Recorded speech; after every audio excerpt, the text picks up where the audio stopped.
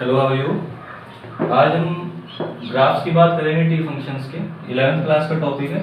पिछले टॉपिक में हमने पढ़ा था ना कॉस एक्स के बारे में, साइन एक्स के, और जितने भी ट्रिग्नोमेट्रिक फंक्शंस होते हैं उन सबका बिहेवियर और नेचर कैसा होता है डिफरेंट एंगल्स पे, उसके बारे में हमने स्टडी की थी। अब हम देखेंगे कि इनका ग्राफ जो है वो कैसे बनाया जाता है ना। तो हम शुरू करते हैं। पहला जो ग्राफ हम बनाने जा रहे हैं वो है साइन एक्स का। हम माइनस पाई से और पाई के बीच में ड्रॉ करेंगे, सॉरी हाँ, माइनस पाई से पाई के बीच, 2 पाई के बीच में ड्रॉ करेंगे, -2 पाई से पॉजिटिव 2 पाई के बीच में, है ना। बाकी जो है अंडरस्टूड होगा आपके लिए।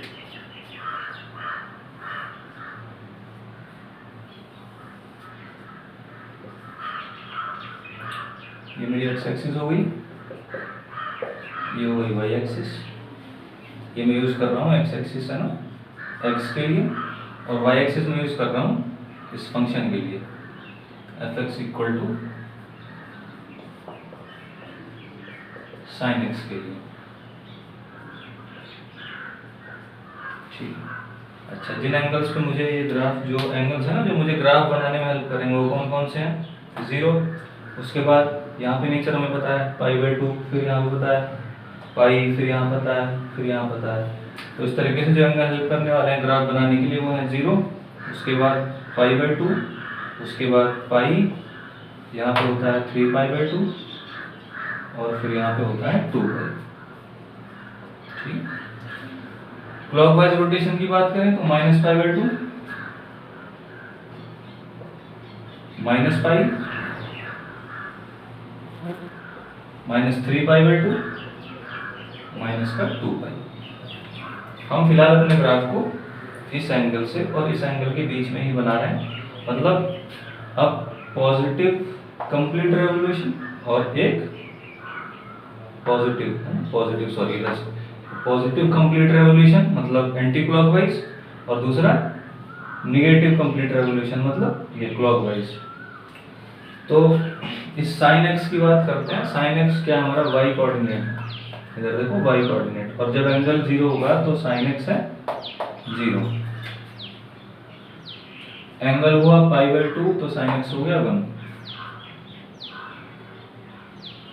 फिर एंगल हुआ पाई तो साइन एक्स हो गया 0। एंगल हुआ 3π/2, साइन एक्स हो गया -1। -1 का निशान लगा दिया, 3π/2 पे -1। फिर जब एंगल हुआ 2π तो साइन एक्स हो गया 0।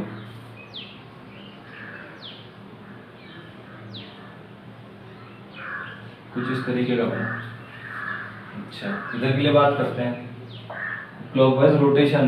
सॉरी, जब क्लॉकवाइज रोटेशन है ना हमारी, तो जब एंगल हुआ माइनस का π/2, साइन एक्स कितना है?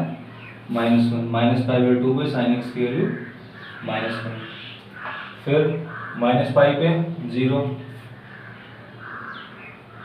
-3π/2 पे 1, और -2π पे 0। इधर कुछ इस तरीके का बनेगा।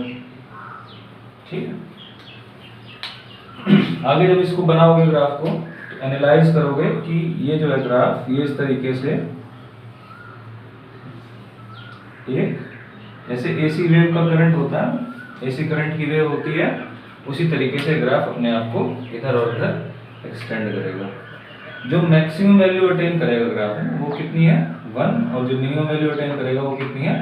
-1। मतलब साइन एक्स की जो मैक्सिमम वैल्यू है वो हो सकती है 1, जो मिनिमम वैल्यू हो सकती है वो है -1। मतलब -1 से कोई भी साइन एक्स छोटा नहीं होगा और कभी भी 1 से बड़ा नहीं होगा। इतनी बात क्लियर है? अच्छा, ठीक है। अगला जो ग्राफ है वो हमें देखना है कॉस एक्स का। और फिर से देखो एक्स एक्सिस, वाई एक्सिस, तो इसमें फिर से नहीं बताएंगे कि एक्स एक्सिस जाहिर सी बात है हम एक्स के लिए यूज करेंगे, और जो वाई एक्सिस है वो फंक्शन के लिए यूज कर रहा है। जिन एंगल्स की हमें हेल्प लेनी है वो है 0, π/2, पाई, 3π/2, 2π। निगेटिव में -π/2, -पाई, -3π/2, -2π। 0 पर cos x है ना, हमारा x कोऑर्डिनेट है, 0 पर वैल्यू कितनी है 1। तो जब x की वैल्यू 0 है तो फंक्शन की वैल्यू कितनी है 1 है ना, तो 1 मान लो यहाँ पे फंक्शन की वैल्यू। फिर एंगल हुआ π/2, एंगल हुआ π/2 और ये x कोऑर्डिनेट 0 हो गया, मतलब cos x की वैल्यू 0 होगी π/2। पाई पे -1, ये -1 लगा लो निशान, पाई पे -1। फिर 3π/2 पे फिर से 0 और 2 पाई पे फिर से 1, 2 पाई पे 1, ऐसा बना। क्लॉकवाइज रोटेशन देखो, -π/2 पे, सॉरी x कोऑर्डिनेट कितना है 0, -π/2 पे 0, -π पे -1, ये -π पे -1, इधर -3π/2 पे अगेन 0, और कंप्लीट रेवोल्यूशन जब हो गया -2π, तो उसके बाद फिर से वैल्यू कितनी हो जाती है -2π पे 1। ठीक है, तो इसकी भी जो वेव होती है वो कुछ इस तरीके से ही बनती है, बस पोजीशन चेंज हो गई। जैसे sin x का जो ग्राफ था वो शुरू यहाँ से हो रहा था, और जो cos x का है वो यहाँ से शुरू हो रहा है। बाकी इसकी वेव भी ऐसे ही होती है और ऐसे ही कंटिन्यू रहेगा आगे भी।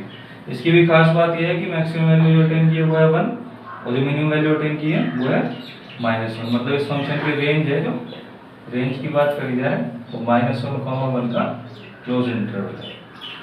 और डोमेन की बात करें अगर, तो सेट ऑफ रियल नंबर्स, क्योंकि सारे रियल नंबर्स पे फंक्शन डिफाइन हो, कहीं भी डिसकंटिन्यूअस नहीं हो रहा। अगर इस ग्राफ को आप बनाओगे इस तरीके से, इसको अगर बनाते रहोगे तो ये पूरे रियल नंबर भी बनता रहेगा। मतलब there is no value of x for this function for which this function is not defined. अगला जो फंक्शन है वो हमारा tan x है, जिसका ग्राफ बनाना है। ये थोड़ा सा समझने वाला है। देखो 0 से शुरू करा हमने, अगला एंगल हमारा है π/2। अच्छा 0 पे देख लो पहले, sin x 0 है, cos x 1 है, tan x क्या बताया था, ratio of sin x and cos x, 0/1 0 हो गया। ठीक, जब एंगल π/2 होता है, अब sin x 1 हो गया, cos x 0 है, tan x होगा 1/0, मतलब इनफाइनाइट। अच्छा इनफाइनाइट भी दो होते हैं हमारे, एक निगेटिव का और एक पॉजिटिव का। तो मतलब ग्राफ हमें कैसे पता कि यहाँ जाएगा या फिर ऊपर जाएगा, तो उसके लिए हमने पहला क्वाड्रेंट देखा, और जो पहला क्वाड्रेंट था इसमें हमें पता है, पिछली वीडियो में बताया था कि सारे ट्रिग्नोमेट्रिक फंक्शंस पॉजिटिव होते हैं, तो tan भी पॉजिटिव होगा। तो अगर हम नीचे गए ना, नीचे, तो tan x नेगेटिव हो जाएगा, जो कि पॉसिबल नहीं है। तो जो इनफाइनाइट की वैल्यू है ना, तो इनफाइनाइट वैल्यू को कौन से अटेन करेगा ग्राफ, पॉजिटिव वाली। और वो कैसे बनानी पड़ेगी हमें, ये हम डॉटेड लाइन बनाएंगे, इनफाइनाइट शो करने के लिए डॉटेड लाइन बनाई, और इस ग्राफ को ऐसे इसके पैरेलल हमने उठा दिया ऊपर को। मतलब ये से कहाँ मिलेगा, इनफाइनाइट में, है ना। तो इसका मतलब क्या हो गया कि tan x इन्फिनिटी, जब एंगल हुआ π/2 तो tan x क्या हो गया, इन्फिनिटी। क्योंकि ये दो पैरेलल लाइंस, ऐसा कहा जाता है कि दो पैरेलल लाइंस जो होती हैं वो इनफाइनाइट पे एक दूसरे को मिलती हैं। तो ये इसको कहाँ मिलेगा, इनफाइनाइट पे, मतलब जब एंगल होगा π/2 तो tan x हो जाएगा इनफाइनाइट। ठीक, फिर पाई पे देखो, sin x है ना, हो गया 0, और cos x है -1, तो 0/-1 कितना हुआ 0। फिर से हमारा ग्राफ क्या हो गया 0। लेकिन इसमें एक चीज देखने वाली है, ये दूसरा क्वाड्रेंट था, और दूसरे क्वाड्रेंट में tan कैसा है, निगेटिव है।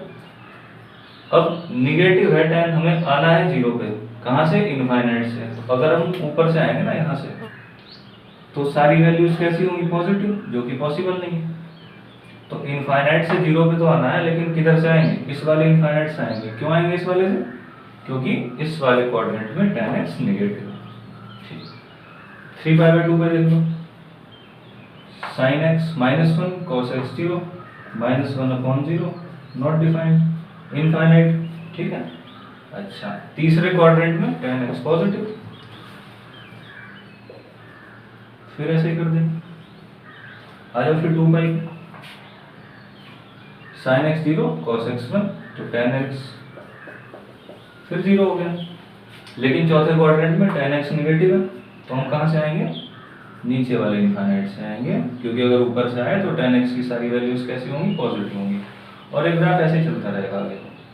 इस साइड देख लो, क्लॉकवाइज रोटेशन में क्या होगा, जब एंगल -π/2 हुआ, sin x -1 cos x 0, फिर इनफाइनाइट हुआ है। लेकिन इस क्वाड्रेंट में tan x नेगेटिव है, तो हमें कौन से इनफाइनाइट पे जाना है, इधर वाले, क्योंकि ऊपर गए तो वैल्यूज कैसे हो जाएंगी, पॉजिटिव।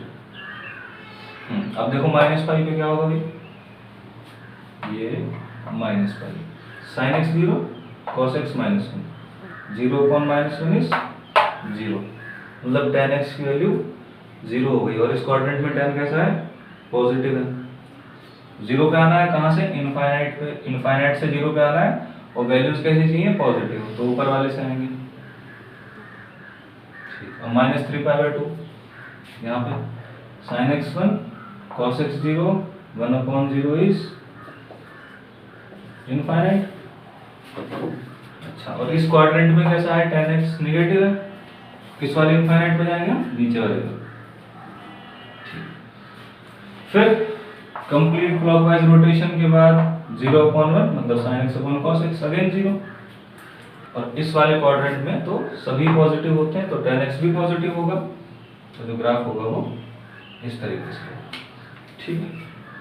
अच्छा हाँ, एक चीज और कि इस फंक्शन में देखो ध्यान से कि tan x की जो मैक्सिमम वैल्यू है वो कितनी है, पॉजिटिव इनफाइनाइट, और जो मिनिमम वैल्यू वो कितनी है, नेगेटिव इनफाइनाइट। मतलब इस फंक्शन की जो रेंज है that is from negative infinite to positive infinite, that means set of real numbers बोलते हैं इसको, सेट ऑफ रियल नंबर्स। और डोमेन की बात करी जाए अगर, तो सारे रियल नंबर्स पे डिफाइन है, सिवाय देखो कहाँ पे नहीं डिफाइन है, 3π/2 पे माइनस के नहीं डिफाइन है, -3π/2 पे डिफाइन नहीं है, π/2 में डिफाइन नहीं है, 3π/2 पे डिफाइन नहीं है। कहने का मतलब ये है कि sin x जो होता है ना, सॉरी tan x जो होता है वो होता है sin x cos x, और जब जब cos x होगा 0 तब तब tan x की वैल्यू आएगी इनफाइनाइट। तो cos x को 0 नहीं होना चाहिए, है ना, वही ग्राफ में भी दिख रहा है, -3π/2 -π/2 π/2 3π/2, है ना। पिछली वीडियो में बताया था कि cos x 0 कब होता है, π/2 के ऑड मल्टीपल पे। तो जब भी π/2 का ऑड मल्टीपल हमें मिलेगा तो ये फंक्शन डिफाइन नहीं रह जाएगा। तो this is define on set of real numbers, but इसमें से माइनस कर लो एक set x such that x equal to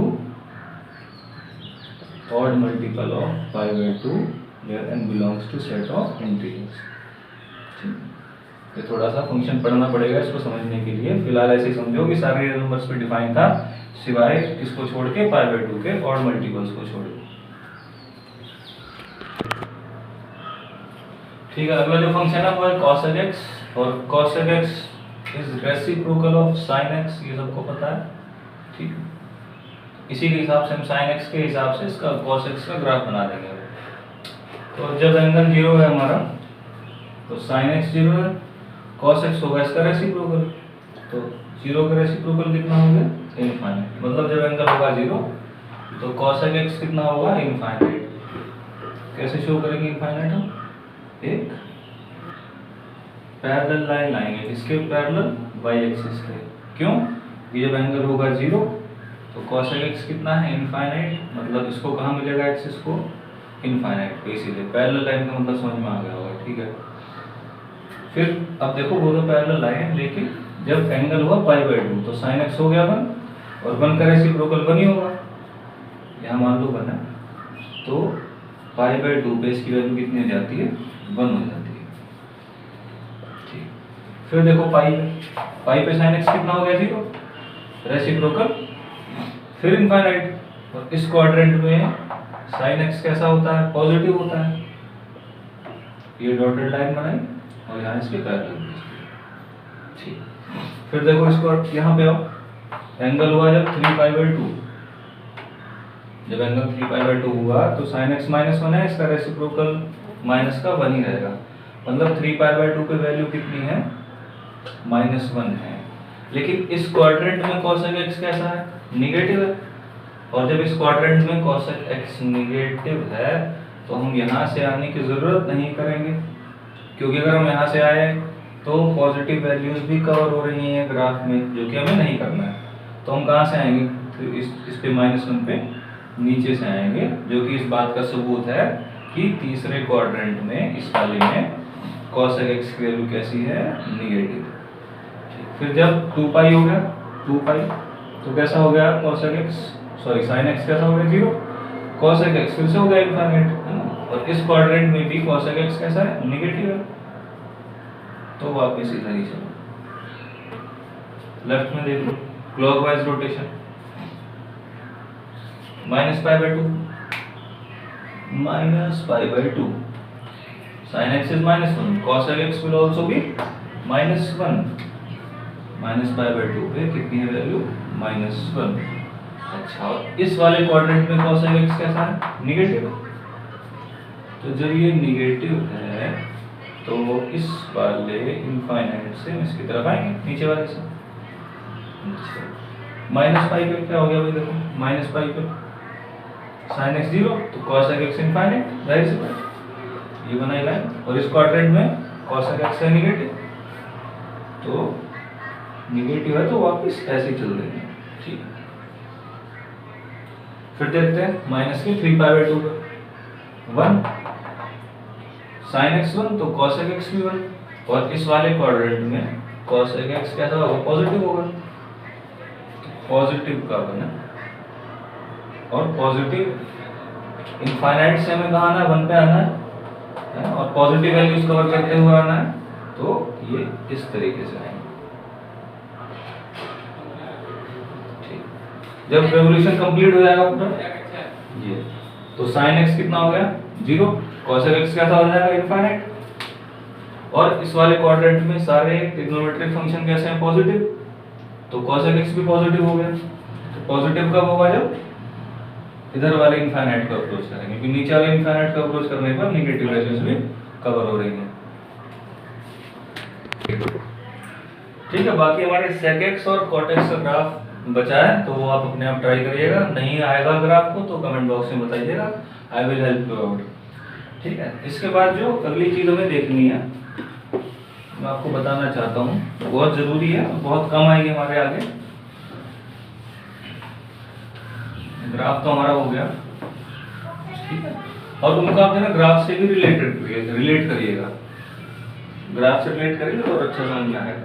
अभी मैं आपको ऐसे बताता हूँ, देखो P पॉइंट है ना यहाँ पे, इस P को देखो ध्यान से। अगर मैं आपसे कह रहा हूँ कि मैंने एक रेवोल्यूशन कंप्लीट करा एक, और मैं वापस यहाँ पे आ गया, एक रोटेशन, है ना,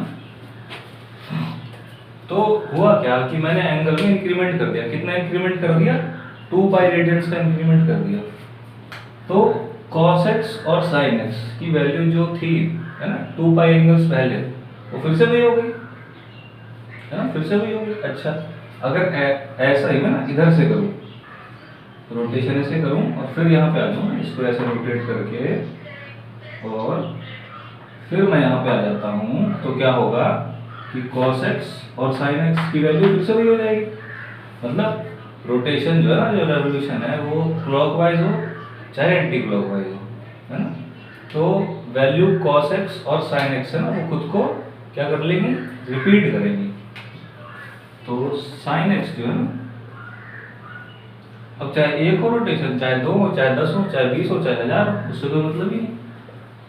2 पाई का मल्टीपल मतलब integral multiple of 2 pi, 2n pi plus x, मतलब जो वैल्यू x पे थी वो इतने एंगल के इंक्रीमेंट के बाद भी वही रहेगी, मतलब 2n पाई, है ना, मतलब 2 पाई हो, है ना, चाहे 2 × 2 पाई मतलब 4 पाई हो, चाहे 6 पाई हो, चाहे 8 पाई हो, एक रेवोल्यूशन हो, 2 रेवोल्यूशन हो, 3 हो, 4 हो, या फिर अगर इनकी वैल्यू -1 है तो -2 पाई मतलब क्लॉकवाइज का एक रोटेशन, या -4 पाई 2 रोटेशन हो गए, -6 पाई 3 हो गए, इस तरीके से। इतनी समझ में आ गई? तो sin x और cos x में तो ये हिसाब किताब है कि ये 2n पाई एंगल्स के बाद खुद को रिपीट करेंगे। अच्छा, जब साइन कर रहा है तो साइन का रेसिप्रोकल कौन था? cos x, वो भी करेगा। और cos का रेसिप्रोकल कौन था? sec, वो भी कर लेगा। sin x, cos x, sec x और cosec x, ये जो 4 ट्रिग्नोमेट्रिक फंक्शन है, ये खुद को रिपीट करते हैं after every integral multiple of 2 पाई। अच्छा tan x और cot x की बात कर लेते हैं जरा। ये साइन के लिए लिखा है लेकिन ये चारों पे अप्लाई होता है, साइन cos cosec sec।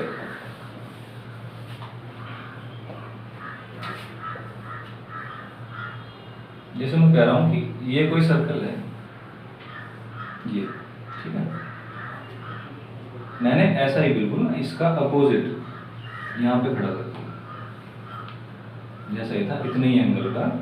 तो ध्यान से देखना मेरी बात, ये रेडियस है, ये बना, ये बना, ये वर्टिकली अपोजिट एंगल, ये परपेंडिकुलर यहाँ से डाला, ये परपेंडिकुलर यहाँ से डाला, ठीक है ना। तो ये 90 डिग्री एंगल, ये 90 डिग्री एंगल, ये वाला जो ट्रायंगल था और ये वाला जो ट्रायंगल है ये हो गए कॉन्ग्रुएंट। मतलब x कोऑर्डिनेट अब सेम होने वाले हैं और y कोऑर्डिनेट भी सेम होने वाले हैं। बस फर्क क्या होगा, मतलब ये और इसका मैग्नीट्यूड तो सेम होगा, लेकिन ये ऊपर है तो पॉजिटिव होगा और ये नीचे है तो ये निगेटिव हो जाएगा। अच्छा, इसी तरीके से ये चीज तो पॉजिटिव है, x कोऑर्डिनेट पॉजिटिव होगा, ये चीज मैग्नीट्यूड तो सेम है लेकिन कैसा है, निगेटिव है, ठीक है। जैसे मैं कहूँ cos x की वैल्यू यहाँ पे √3/2 है और sin x की है 1/2, तो यहाँ पे क्या होगा कि cos x की वैल्यू माइनस का √3/2 होगी और sin x की वैल्यू माइनस का 1/2 होगी। तो अब रेशियो लेने का ना, इसका और इसका जो रेशियो होगा वही इसका और इसका रेशियो होगा। क्यों? क्योंकि माइनस के साइन हो जाएंगे कैंसिल, है ना। तो tan x है, tan x क्या होता है, sin x upon cos x, ठीक है। और ये हाँ ये चीज सेम होंगी कब, जब हम कोई फर्क ना रखें दोनों में। ऐसा कब होगा, जब ये रेवोल्यूशन जो है ना कितने रेडियंस का हो, पाई रेडियंस का, मतलब 180 डिग्री का जब रोटेशन हम लेंगे तो ऐसा होगा हमारे साथ कि ये जो cos x है ना ये बन जाएगा माइनस का cos x और जो sin x है बन जाएगा माइनस का sin x। तो जो रेशियो यहाँ पे था वही रेशियो यहाँ पे होगा sin x का और cos x का। तो tan x चाहे cot x, cot x क्या होता है, cos x upon sin x। तो मैं जो बताना चाह रहा हूँ वो ये कि जो tan x और cot x होते हैं वो खुद को रिपीट कर लेते हैं हर पाई एंगल्स के बाद। मतलब यहाँ से मैं यहाँ आ गया ऐसे, है ना, यहाँ से मैं यहाँ आ गया ऐसे, चाहे यहाँ से मैं इस तरीके से आता है ऐसे, पहुँचते तो यही, कोऑर्डिनेट तो यही होते। तो जो tan x है और cot x है वो खुद को रिपीट करते हैं हर पाई एंगल्स के बाद। यहाँ पे जो n लिखा जा रहा है ना, ये n कोई इंटीजर है, पॉजिटिव हो सकता है चाहे नेगेटिव हो सकता है।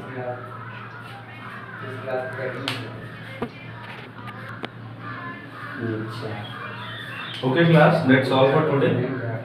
बाकी हम इसको और डीप स्टडी करेंगे क्योंकि I will upload more videos on this trigonometric function, क्योंकि बहुत इंपॉर्टेंट टॉपिक है आपका 11th और 12th और फर्दर आगे स्टडीज में भी बहुत काम देने वाला है आपको। फिजिक्स में तो बहुत ज़्यादा हेल्प करेगा, इसको थोड़ा सा और डीपली पढ़ेंगे हम। Wait till next video. Bye.